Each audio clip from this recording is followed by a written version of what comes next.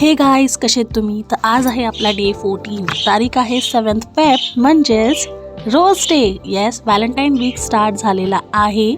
आणि बघा माझ्याकडे किती सुंदर सुंदर मस्त फ्रेश रोजेस आहेत आणि 2 चॉकलेट्स आहेत. ह्या चॉकलेट्स काही नवीन नाही, ॲक्च्युली आमच्या घरात पडलेलेच असतात, तर तेच मला दिले गेले आहेत. सध्या आम्ही खूप ऑब्सेस्ड होत्या चॉकलेटला. आणि काल रात्रीच माझ्या हजबंडने आमच्या घरातले हे जे लिलीज आहेत, ॲक्च्युली हे शोपीसवाले बट रेड होते, त्याच्यामुळे त्याने याच्यानेच मला रात्री 12 वाजता हॅपी रोज डे विश केलेला होता. मी खूप खुश होती.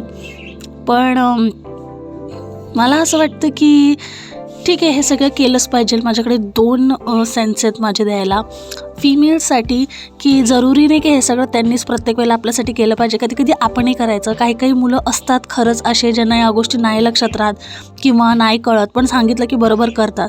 तर ते आपल्या हिशोबाने मॅनेज करा. पण कोणाला मिळतं आहे म्हणून आपली रिलेशनशिप त्याच्याने जज करू नका.